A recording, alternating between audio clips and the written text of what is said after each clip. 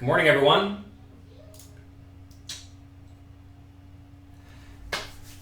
Today, we're going to talk about getting back in the groove of things. The light looks funky in here. Not sure why the light looks funky in here. Looks like your channels are read-only, so you can't reply. All right. We'll see how that goes. Every time you come back home from a long trip, at least every time I do, nothing works properly. With any luck, we'll see if the chat feature is working for Facebook, Twitter, etc., in the very near future. I'm not sure it is, though. If you all are here on Facebook, Twitter, YouTube, or Twitch, please type something. We can tell Instagram's working great, as it should be, because we're not using a program to go through those. But not too sure the other sites are working well. I guess we'll figure it out in the near future. So, oh, there we go. Ugly Tuna, hello. Good. We know at least Periscope is working, which I think is Twitter. Good. Everything's working. Seems to be working at least. Louis Philippe, good morning. You're enjoying Poker Coaching Premium. Fantastic. For those who have not already checked it out, go to pokercoaching.com/premium. We have tons of content there, so check it out. I just returned from the World Series of Poker. It was a nice, long 3-week grind. After that, I went to the Angel Summit presented by Jason Calacanis, which was a lot of fun. I met lots of fun, interesting people who hopefully can help me with my business. Fernando said he had 6 straight cashes. That's pretty sweet. At the World Series of Poker, I had 1 cash. To be fair, I only played something like 15 buy-ins. So yeah, I played 15 buy-ins. I had 1 cash in a World Series event, and then I had a cash in the World Poker Tour Tournament of Champions. So 2 cashes. Those paid for all the buy-ins, plus I think it was up like $2,000, which is basically break even. I had 2 good shots this summer. World Poker Tour Tournament of Champions was a great one. Lost a flip to bust, which was perfectly fine. I think I took like 8th or 9th place, something like that. And then in the last tournament I played, it was a $5,000 turbo. I took 13th place. Close. I think I got like $25K for that. First was $600. Tournaments are fun because, you lose the flips or the all-ins at the end, and then you get $25K instead of $600K. But that's okay. I've been doing a good job of getting close. And it's very frustrating when you get close, because really, you're like 2 flips away from winning the tournament, But we didn't get it, and that's okay. You cannot sweat the small stuff, and everything is small stuff. All right. If any of you have questions about Poker Coaching Premium, send an email, support@pokercoaching.com. We're not going to get in the weeds on that today, but check it out. It has lots and lots of great content, and we're going to be adding tons of new content every single month. So, that's exciting. Actually, I'm going to be reviewing the World Series of Poker final table in the very near future. That'll, of course, go right into Poker Coaching Premium, and it'll be good. All right. You're through to my books. You're wondering if I ever had any doubt. Any doubt about what? I am a very skeptical person in general, and as you should be. Be open-minded, but skeptical. Okay, so what is the topic for today? Getting back in the groove. You go away for a while, or you go off the deep end for a while, or you get back into a regular situation. When you get back into a regular situation, what do you do to make sure that you are productive? And first things first, I think it's very important to have a system while you are away. A lot of people think, all right, I'm going to go on a vacation for 2 weeks and come back and I'm just going to have a disaster and I'm going to try to fix it. And no, don't do that. Whenever you're away, you need to have a good system to make sure you know what you need to do whenever you get home. I have a to-do list. I have a program I use for my business called Slack, and I set it to remind me about things. So I have like 6 or 7 reminders I need to make sure I get to today. I have things in my email. I use my email as a to-do list to some extent. So I send myself emails for things that I need to do. And then I do them, right? I don't just get back home and have things that I have forgotten or have things that I'm not going to necessarily remember to do, right? You want to make sure that you remember all of the things you need to do. And if you have the idea, especially if you are an entrepreneur to some extent, like you have your own business, you don't have to rely on other people to tell you what to do. You need to make sure that you keep track of the things you need to do while you're gone. I know a lot of people like the idea of I'm going to go on vacation and not be on my phone and not think about work at all, but it's not really how it works, especially if you are your own boss. And I know many of you here are professional poker players, and you are your own boss to some extent. And if you are a successful poker player, you're likely trying to do many things, because once you get a hold of money, you need your money working for you. And if your money's working for you, believe it or not, you have to do a little bit of work. So you have to do a little bit of work, and you have to make sure that you keep track of everything that you have going on. So you get back home, you have your to-do list, you have all the things you need to do. What do we do now? Well, today is my second day back home. Friday, I had an Inner Circle webinar. We did that, but also I grinded through tons of my to-do list, as I should, right? And you want to make sure that whenever you get back to your regular scenario that you focus. A lot of people get back to their regular scenario and they're all incredibly lackadaisical. It's almost like they are hungover from their vacation or their trip away from their regular life. And that's not good. Assuming you want to be productive. Now look, all of this presumes you're trying to get some stuff done, right? And I know, especially a lot of poker players, they are not opposed to just going and watching Netflix all day. Which, nothing wrong with that if that is your goal. But if your goal is to be productive and move forward as productively as you can, you want to make sure that you focus when you get back home. So, what I do is from 9 a.m. till 6 p.m., I'm in the office, in this little sauna I'm in right now, and I am working. And I have no problem with that, right? A lot of people get in their minds that work is bad, but in reality, if you want to progress in life and move up in life, you have to do the work. You must do the work. And if you don't do the work, you should not be too unhappy when things don't go your way, when things go poorly, right? So many people like to complain about their situation, but in reality, you, to some extent, design your situation. Now, I understand many people are in situations just due to where they started, right? But if you are, for example, living in America, you have a smartphone, you have access to essentially any information you want. I'm sure some of you out there have excuses that are viable, but many of you don't. Like, I have no excuses, right? I grew up in a middle-class family. My parents did their best, and I am where I am because I put myself where I am.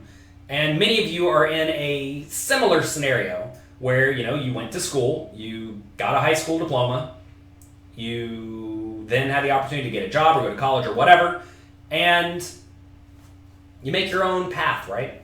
And a lot of people are perhaps disgruntled or annoyed because they made a path that they don't particularly enjoy or like at this point. And that's okay. You're not always going to make good decisions, especially when you're young and dumb. I made plenty of poor decisions when I was young and dumb. And you have to understand that you can change if you like to change. And a great way to change is to get to work. As RGA says, just do it. And there is a lot to that. You have to just get in there and make it happen. I'm actually unhappy with my physical physique right now, speaking of just doing it. I'm in fine enough shape. But I have been relatively lax going to the gym for the last, year and a half since I had my 2 kids. Really lax for the last 6 months. I think I've been in the gym, 10 times in 6 months, which is way less than I was used to. And I'm going to be getting back in the groove, right? I know what I need to do on the to-do list is get in the gym. And I'm going to do it. Also, eat right. I'm going to do it. You just have to do it. And You have to be disciplined and focused, and also make sure you understand your priorities. Many people out there, myself included to some extent, are not fully aware of what my actual priorities are. And it's very difficult to know, well, it's very difficult to pinpoint your actual priorities. And you need to spend time doing that. You need to spend time thinking about this. I personally have a difficult time sitting around and thinking. I need to get better at that. It's something I'm actually going to be actively working on. I have 2 hours blocked out every week where I'm now just going to sit and think about where we're going and what we are doing. And I'm very good at doing things. I'm very good at getting things done, perhaps to a fault, because I don't know. I'm good at getting stuff done. I'm not so good at planning out things in the future, especially a long way in the future, like 5 years in the future. People say, where do you want to be in 5 years? Like, I have no idea. I'm going to continue grinding tomorrow is what I'm going to do. Let's see.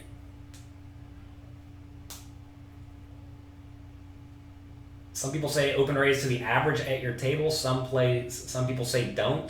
Can you explain the pros and cons of each? Well, the average of your table is irrelevant because if your opponents, let's say everybody at your table makes it 35 big blinds pre-flop. Are you just going to copy them and start raising the 35 big blinds pre-flop? No, that would be asinine. You need to raise to whatever strategy makes the most money at your table, which, hey, may be 35 big blinds, but very often is not 35 big blinds, especially if you're playing 50 big blinds deep. So you need to raise to a size that accomplishes your goals. I'm not so bad at thinking about 5 steps ahead in a poker game.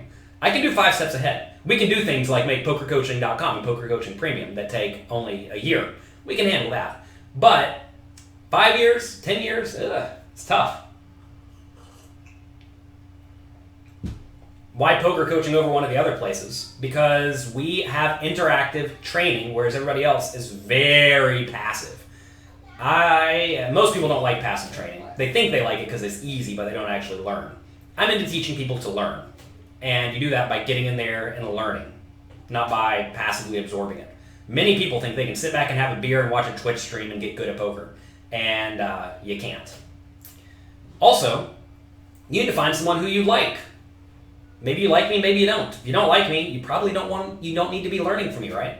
If you like other people, go learn from them. Find people who you can actually learn from. Understand, though, that likability does not necessarily lead to learning, or finding someone who is like you or you resonate with does not necessarily lead to learning, but it very often is helpful. There are a few people out there who have solid content, but I just don't like their personalities very much. A lot of them are active haters, and I don't like active haters. So, I can understand the value they bring to some people who are like-minded, but you find people who you can actually learn from. Any tips on nutrition? Don't eat junk. Eat lots of vegetables. Eat lean meats.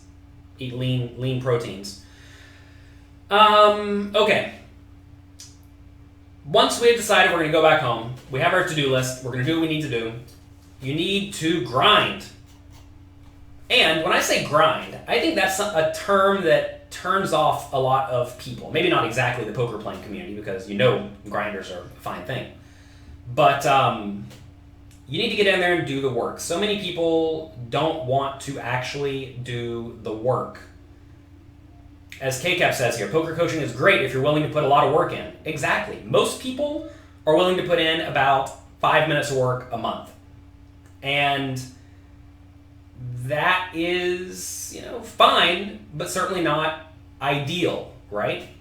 And again, it really depends on what are you actually trying to accomplish. I am trying to accomplish a lot. Some people are not trying to accomplish a lot, and that's fine, right? Poker is a great hobby for many, many, many, many people. And you can take poker as seriously or as not seriously as you like. And understand that whatever you want is perfectly fine. But if you actually want to win at the game, especially if you're playing medium or high stakes, you must take it seriously. All right, let's see. You all are asking me lots of questions. Do I meditate daily? Absolutely not. What about brain supplements? Absolutely not. Absolutely not, mainly because I'm uneducated about these things. And also understand that, again, everything is not for everyone. I've tried meditation. We have tried brain supplements. I'm not a fan of either, but there's certainly not anything wrong with either. I mean, maybe there's something wrong with brain supplements. I'm not sure. Meditation has been definitively proven that it's good for you. Have I ever coached anyone with ADD? Almost all poker players have ADD, believe it or not. The doctor, the psychiatrist, said I had the most extreme ADD he's ever seen in his life. But I channel it in the proper directions most of the time. Most of the time. Should you be raising on the button pre-flop when there's no raise in front of you? Unless you're very shallow stacked, pretty much always.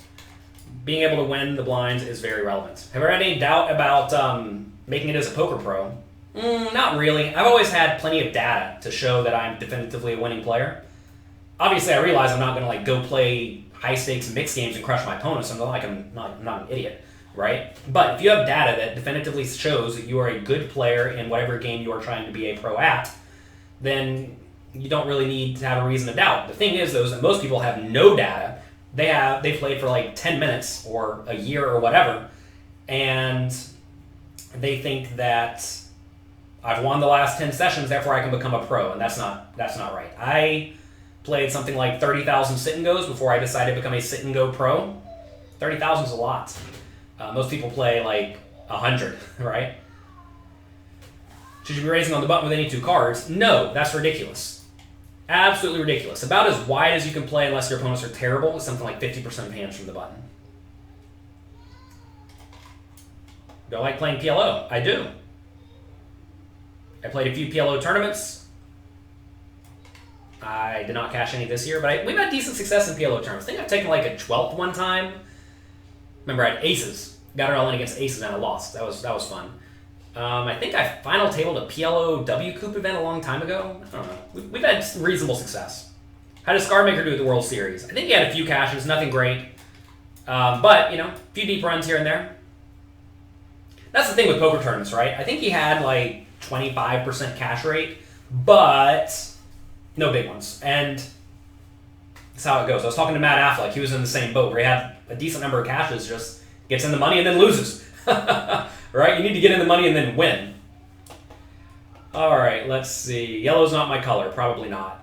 There's not very many overweight poker pros. Do you think that's a coincidence? There used to be a lot of overweight poker pros, and then we all figured it out. Andrew Roble turned me on to fitness about 12 years ago, and he's turned on lots of us.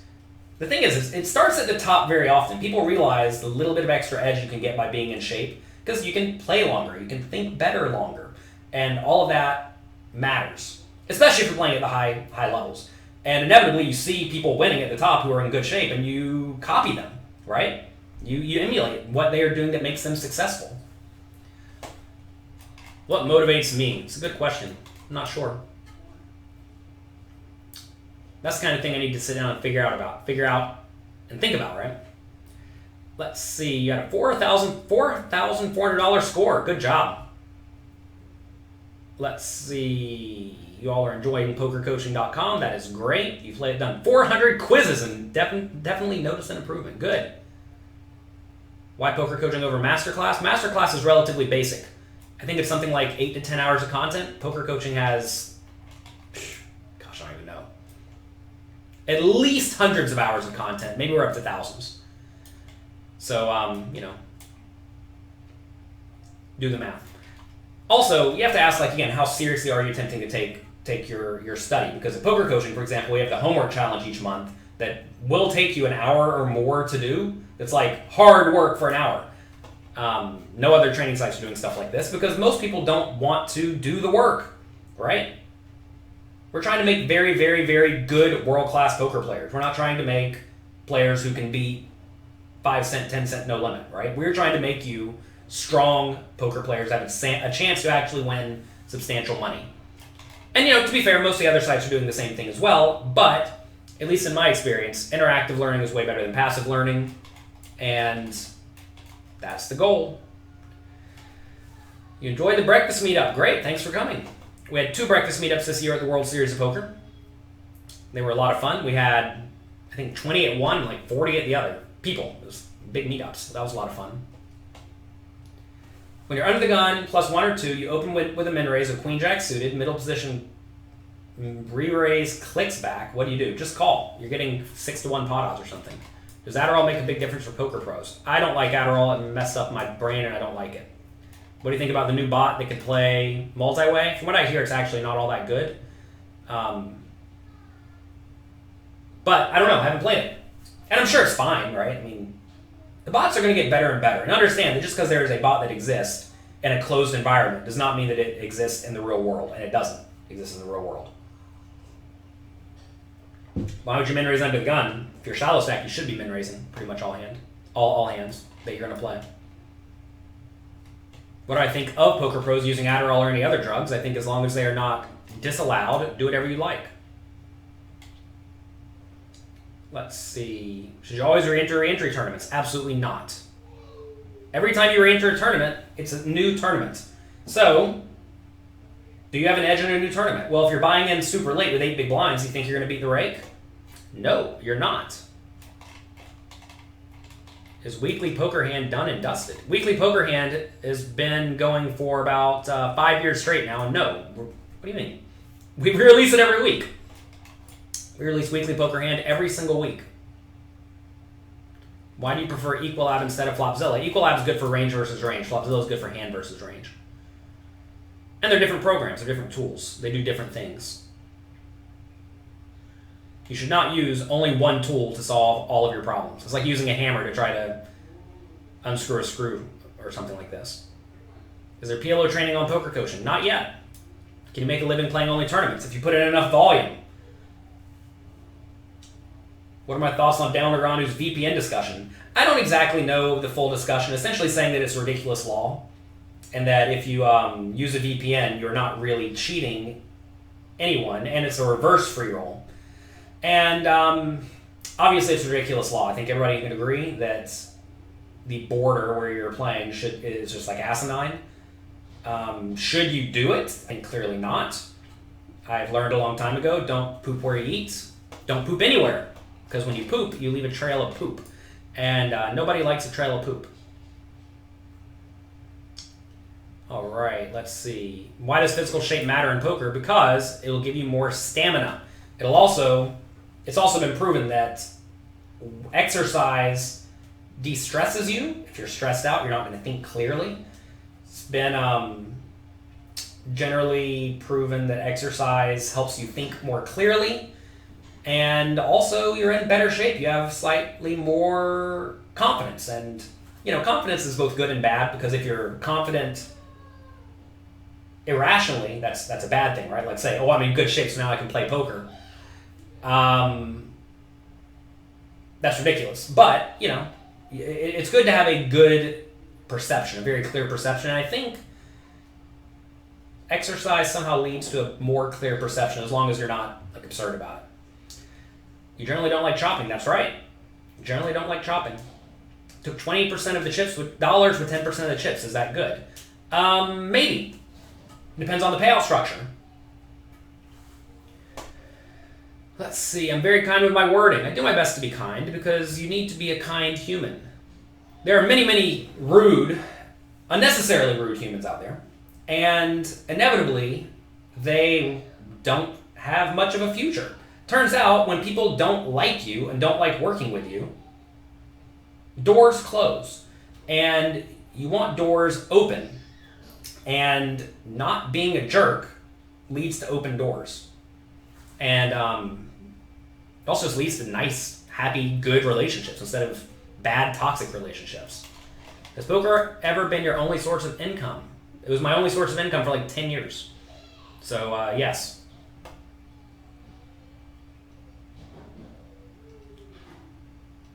Let's see. You made day 3 of the Big 50. Went out in 1200th place. Nice run. Is my training more geared towards tournament or cash? Both.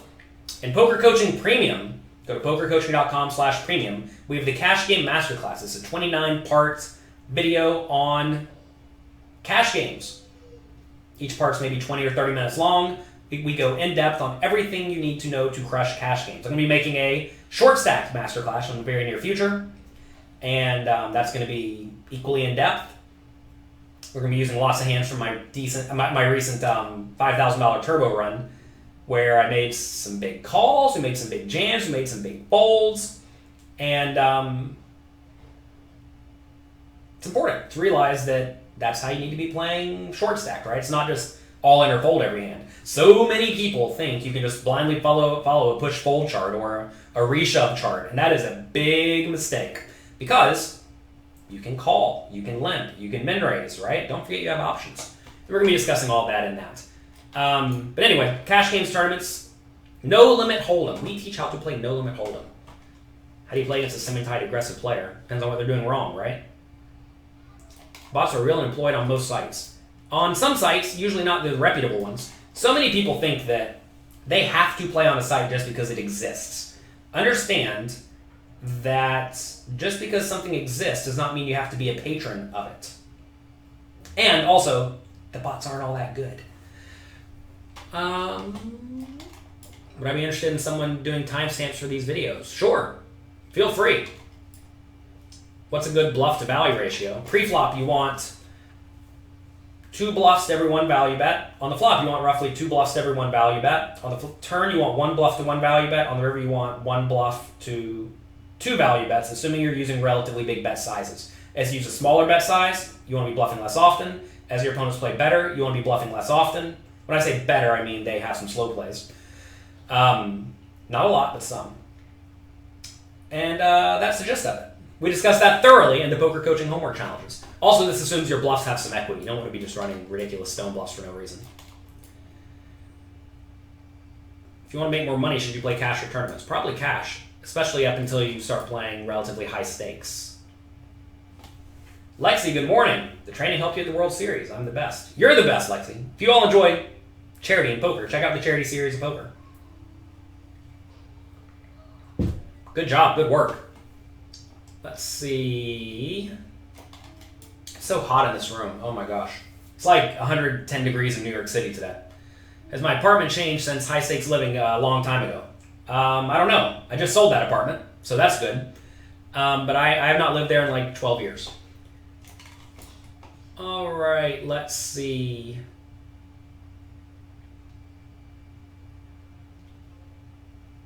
If you chop, they put the original payout on Hinden Mob and not the chop amount. Probably because they have a difficult time keeping track of all of that.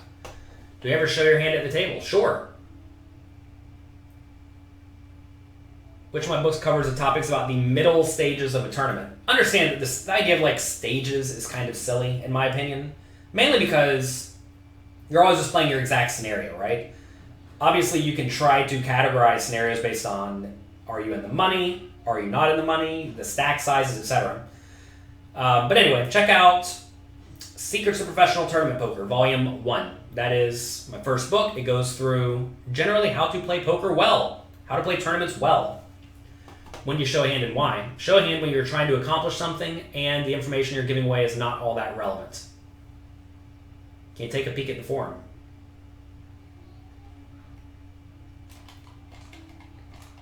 K-Cap, I just did the homework challenge the other day and I reviewed your answer.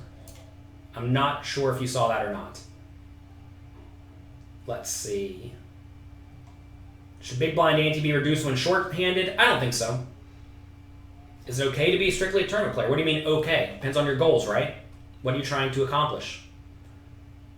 Our sin goes good for a player who wants to get good at tournaments long-term. Sure, probably don't want to do it all the time. But certainly it is useful to know how to play with various payout structures. Will private games kill regular games? Maybe. Seems like they're doing a good job of it now. Wow, they caught up. Good. You play cash games as a part-time job. What's the best way to make the transition to full-time player? Well, try to figure out how much money you make on average, right? And if you figure out you're making X dollars per hour, then figure out ways to make more than that amount by look, if you're making like $50 an hour working at your job or $20 an hour playing poker, clearly your job is better, right? If If you're making $20 an hour at your job and $20 at playing poker, clearly your job is better because you usually have benefits, long-term stability, etc., etc. But the easiest way to try to transition is to take vacation from your job for as long as they'll give you, 2 weeks, a month, whatever. And then just play poker as if you were playing it professionally. Grind it hard. And then see if you like it. You may not even like it. Tips for playing in wild games. Read Strategies for Beating Small Stakes Poker Cash Games. It is clearly listed there. You're saying your opponents raise huge every time? Just play tight, right? They're putting in so much money to win nothing. So just play tight. That game's easy to beat because all you have to do is just play good cards. Oh, let's see. KCAP, you're referring to your range, not mine. KCAP, I'm not sure what you're asking me. But I went through my answer and I went through your answer. Both of them were reviewed in the video. Make sure you watch part 2, 3, 4, 5, whatever it is. Can you do more Stone's Gambling Hall reviews? Maybe. Those are usually part of Weekly Poker Hands, so check that out. Can you sum up deriving preflop equity based on villain's range versus your range? I'm not sure what you're referring to, Scott.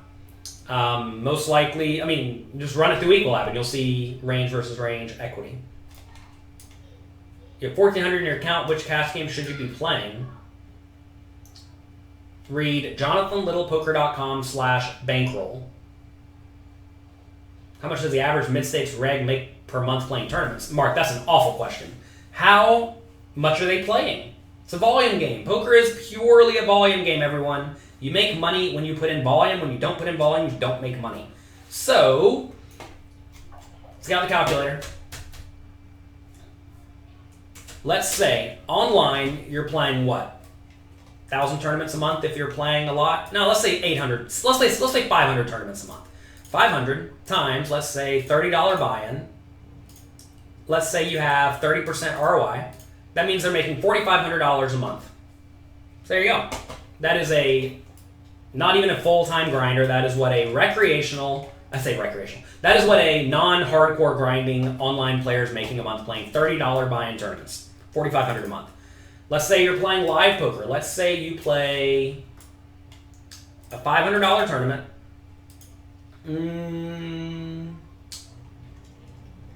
Let's say you play that 20 days a week. And let's say you have 50% ROI. You're making $5,000 a month. Minus expenses. Don't forget about expenses. But that's like kind of small stakes. I imagine most people are investing way more money than that. So, I don't know, between 5 and 10K a month.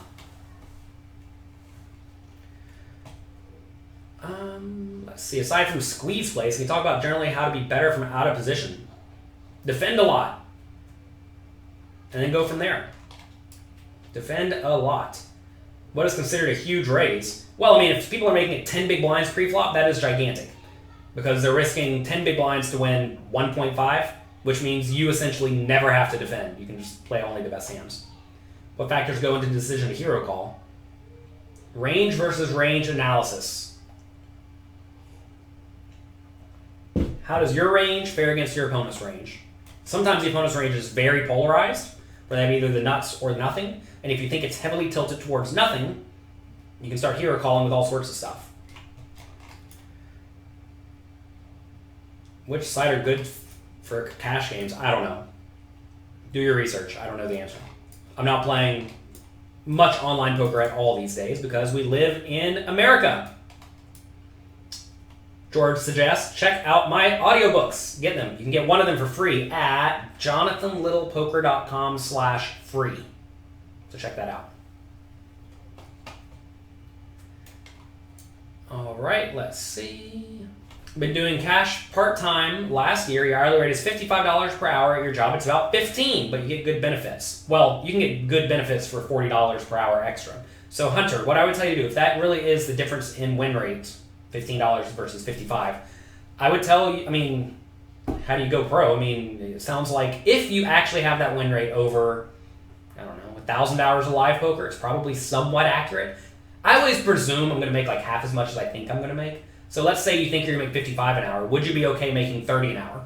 If you would be, you're probably pretty clear to go ahead and quit. But I would definitely tell you to take a sabbatical or take a vacation and Like, for example, if your boss will let you just take a month off and figure out if you want to do it or not, definitely do that and see how it goes. If you're a pro, what would be the amount of cashes out of 100 tournaments as average? Depends on what your goals are, right? In general, the best pros are cashing right at about whatever the average cash rate is based on how many people are playing, are getting paid out. So say 15% of the field gets paid. Good pros, the biggest winning pros, are going to cash maybe 15 to 20% of the time. Not all that much more than average, but they're winning way more than average. So cashing is not all that relevant. What's relevant is, are you winning? Is there a safe site for US players? No. Go to jonathanlittlepoker.com/USA. I have a video on this. And what does safe mean, right? All the sites are live to just run off and take your money or shut down at any point in time, especially the ones that are not regulated within America or a respected governing body. There are plenty of sites that operate within America. They claim to be regulated and licensed. They probably are by some, somewhat shady or somewhat loose regulator. And it is what it is, If you want to play poker within America, especially on sites that are not regulated within America, you must take some risks. And in that video, I list the ones I think are the least risky. That said, almost every single site that's operated within America has closed. There are a few that have done a great job of skirting the law for quite a while. And those are the ones I would put my money in if I had to play. But I don't have to play, so I don't need to. It's possible to get a reading list. I don't think I have a reading list. Quiz 538. Thank you, Patrick. Anytime there's a problem with anything, let me know. Wrong coach listed. Thank you. Let's see. Any tips to help retain information from audiobooks? Take notes. You're driving a truck, so you have to listen. Yeah, the one problem with audiobooks is that they are a little bit more passive than reading actual books where you can take notes and underline stuff and go back easily. I think probably the best answer to this is to Google it, because I don't know the answer. I listen to a lot of podcasts, which are kind of similar to audiobooks, but not exactly the same. I don't know. Google it. I bet there's some good either tools you can use or good tips, but I don't have them. Is Poker Snowy is still your good advice? I think Poker Snowy is known to be a little bit too nitty, but teach a be good, solid, tight, aggressive poker player. You're a believer in Alex Fitzgerald when he says he doesn't think anyone should play tournaments for a living. Tournaments for a living require you to put in a ton of volume, and most people don't want to put in a ton of volume. But we just went through how online tournament players can make somewhat consistent money. Really, look, you have to ask, what are my goals in life, right? A lot of people, they want to play tournaments where they can have a gigantic score. But that's not how I did it. I played tournaments for 3 years straight as a kid and made consistently between $20,000 and $30,000 every single month. So how do we do this? Well, we played in the lowest variance tournaments possible. Not the lowest, but pretty low variance tournaments. The 9-handed sit and goes. I played 9-person tournaments for 3 years straight and got very good at them. And there are many people out there now who play on the non-major sites that have tournaments that have only 100 players in it. And they're having incredibly consistent results. So you have to ask, what are your goals?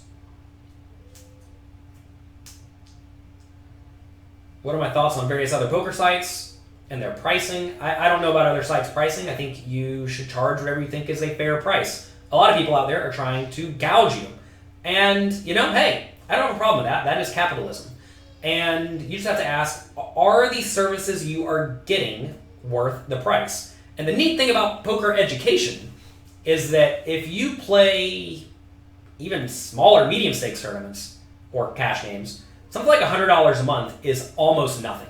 Like if you are playing even 1-2 no limit, let's say you play 20 days a week for 4 hours a day, you're investing, $3,000, $5,000 a month, and $100 is essentially meaningless. So that's the great thing about poker coaching. It's actually all relatively underpriced, which is good.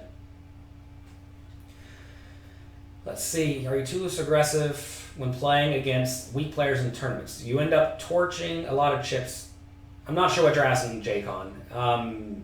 If your opponents are calling stations, you don't want to bluff too often. Where's James? I don't know. He's with his grandpa. Grandpa's right out there somewhere.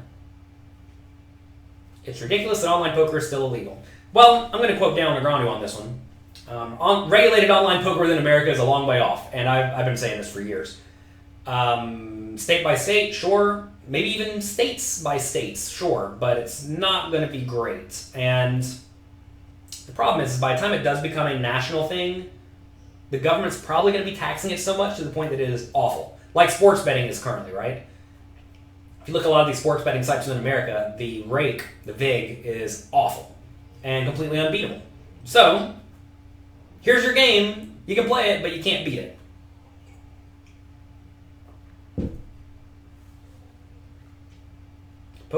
Being a poker pro sucks for taxes. That's not true, actually. Does being a blogger, tutor, etc. help writing off trips? I can write off all my poker trips. Not sure exactly what you're referring to. If you are a professional poker player, you can write off everything.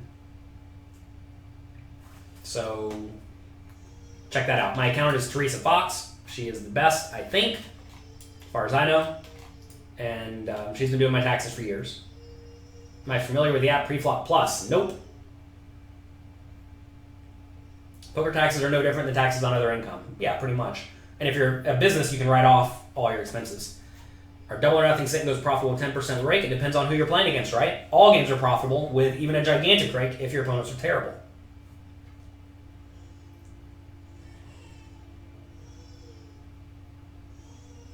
What's the biggest change you see in poker games over the last few years? Depends on the stakes, right? In the high stakes, everyone plays perfectly now.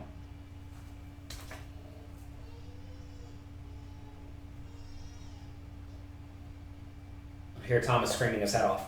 I don't know. Games get tougher. In the middle stakes, people are still punting pretty hard. They love bluffing, so that's good. It's easy when your opponents bluff a lot, just call a lot. So, what's the biggest change? I don't know. I mean, really, I don't think the game has actually changed all that much, except at the high stakes where everyone just plays more and more GTO, which is what I've been trying to tell all of you for a long time. So, you better learn how to play really well. Once your bankroll reaches a stage that you can start taking shots at higher stakes, should you play in a tighter manner? No, play your usual game. If your usual game is profitable, play your usual game, understanding that your usual game may not actually be profitable in the higher stakes games. Ed Miller has a great chapter on excelling at No Limit Hold'em, on moving up and staying there. And you have to understand that your strategies to beat the players at your current level may not be the strategies to beat the current level, because in your current level, well, the winners at the next higher stake are presumably, or the players at the next higher stake are presumably winners at your current level. So you have to ask, how do I beat the good players at my current level, which you may or may not be doing. How's my World Series? Did I make a profit? I think I profited I did the numbers twice, either 2K or 6K. Not a lot of money. We had two good shots, but made nothing of the good shots. Am I familiar with the podcast The Grid? I've not listened to it, but it seems like a great idea. What do you do if opponents jam all in over your 3-bets? Stop 3-betting light. Coffee looks weak. Yeah, this is mushroom tea today. We need exams on poker coaching. All right. Funny enough, Louis Philippe, we are trying to figure out ways to make more and more quizzes of various types. If you have an idea for exams, Louis Philippe, send us an email. I'm happy to consider any ideas. Let me know what an exam means to you, and we will certainly consider it. How much of a factor is it to go with your gut rather than percentages? I think you're meaning how much does your assessment of the scenario change ranges in your mind?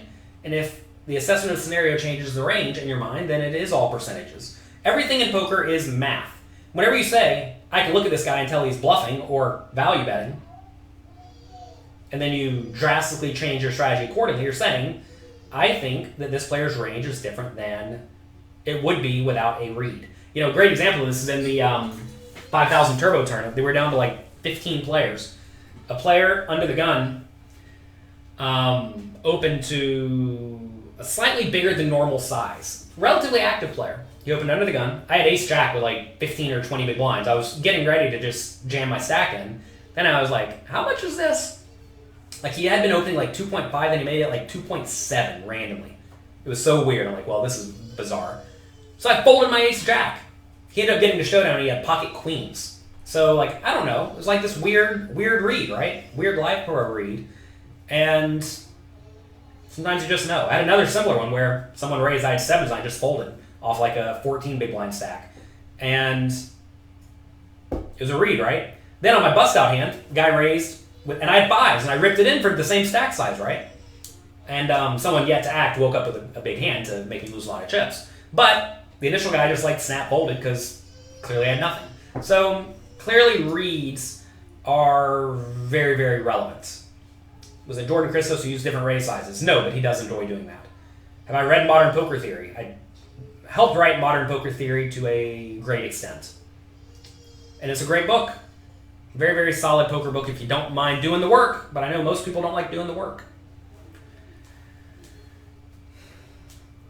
Is poker coaching going to be piecemealed? Send all questions to about poker coaching to support@pokercoaching.com.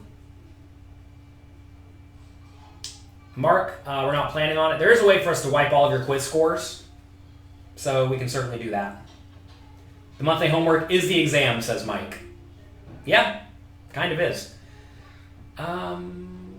What about session tournaments? I don't know anything about these. Oh, you're saying play hands with a group of players and then review the key hands. The problem is that it's hard to get all the hand histories and it's hard to compile all the hand histories. And it takes a lot of time. How do you get on my email list? Sign up for a free trial at pokercoaching.com. No credit cards required. None of that is required. Have I watched the masterclasses? No, I have not watched the company masterclass. I have not watched their productions. Although I did listen to a podcast with the guy in charge of the company. Seems like an interesting guy. They spend a ton of money on production, which is interesting. That really is a question. Like, whenever you're trying to appeal to a broader group of people, how much does production value in terms of just having a sweet set, having good cameras, having lots of camera angles? How much does that actually matter? And it doesn't seem like people who actually care about knowledge care about insanely high production values.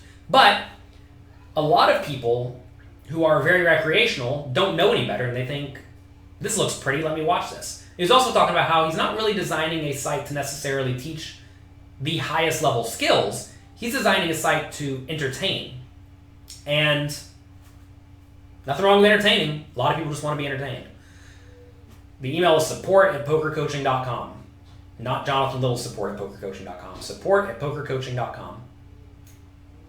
Do you have any suggestions to take notes at the table? Practice. Practice, practice, practice. If you raise 5 limpers or 7 big blinds in all call, would you play, would I lose a larger raise size next time? I would use a larger raise size, probably, because you want to find the amount that they will call with all sorts of junk, right? If they'll call with all sorts of junk, then that's great. What do you think of big overbets on the river? I think they're fantastic in certain scenarios. People like to fold to big bets, in my experience. What about Sundays on PokerStars? I mean, Sundays on PokerStars have tons of players, so there's lots of variance, right? Understand what you're signing up for.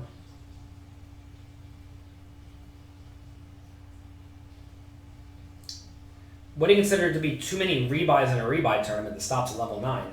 This doesn't matter, no. Every time you go to play, you have to ask, am I plus EV in this tournament if I buy in again? That's it.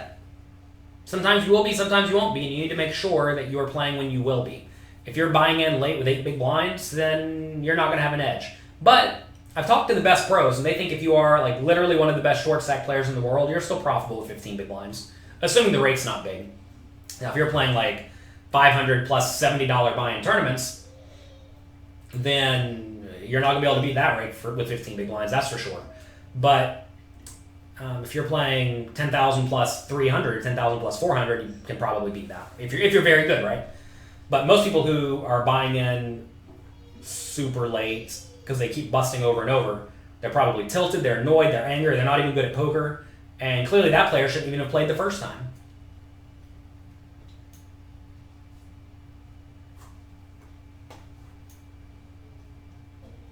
Let's see.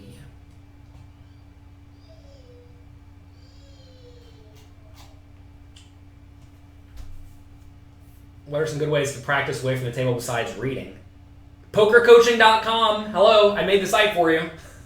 Oh, man, oh, man. There we have tons of quizzes. You're not going to get through them all. We have homework that you're not going to get through them all. And that is a great way to practice because it's like you're playing, except for you have me over your shoulder and other coaches over your shoulder to give you advice. Also, we have tons of webinars on specific topics. I've hired coaches for all of you that I respect and think produce amazing content, and I made it just for you, so don't squander the opportunity.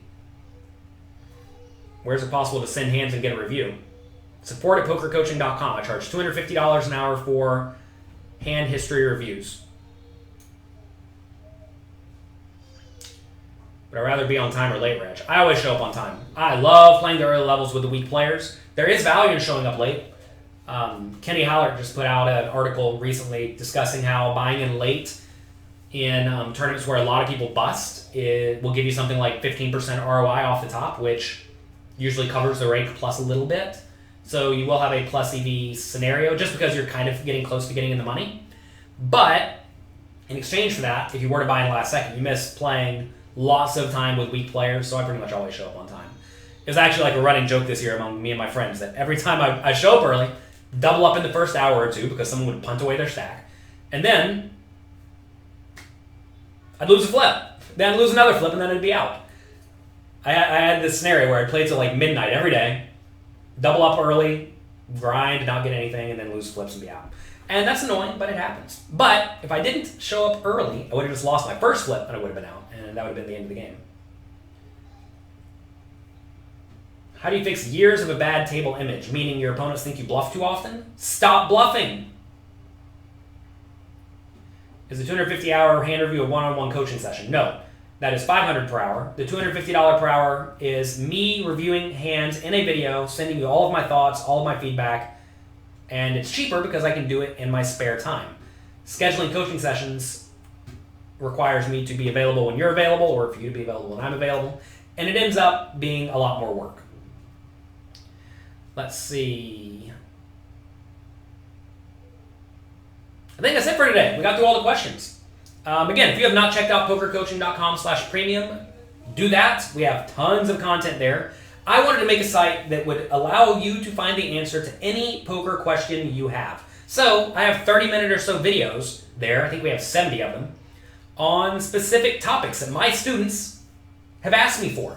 And the goal is to make it to where you don't have questions. And if you don't have any questions and you know where to find the answers, I teach you how to find the answers, you will thrive long term. That is my goal, to teach you all to be world-class, strong players who can make $100 an hour from poker. Because once you can make $100 per hour from poker, then you can kind of do whatever you want in life as long as you're willing to grind a little bit. Let's see. You bought in day 2 of the main event. Do you think that's better or worse than day 1? Day 1's definitely better. My day 1, I played on the 4th of July. It looked like the seniors tournament. The players were not taking it seriously. And it was great. I like 2.5x my stack with almost no risk. And, clearly if you can 2.5x your stack by putting in a day at the table, it is well worth it. Mr. Thomas has been screaming his head off for the last 30 minutes, so I think I'm going to go check on him now. I'll be back again on Wednesday and Friday, 10 a.m. Eastern Time. I'm sorry, no, 9 a.m. Eastern Time. And we'll do this for the next few weeks. I'm going to go to Florida for the Seminole Hard Rock Poker Open. They have 5K, 2K, 10K, 25K. Lots and lots and lots and lots of poker to be played there. So I'll be doing that. And that's it. Enjoy yourselves. Have a great day. Sorry for the crying baby. And I'll talk to you all later.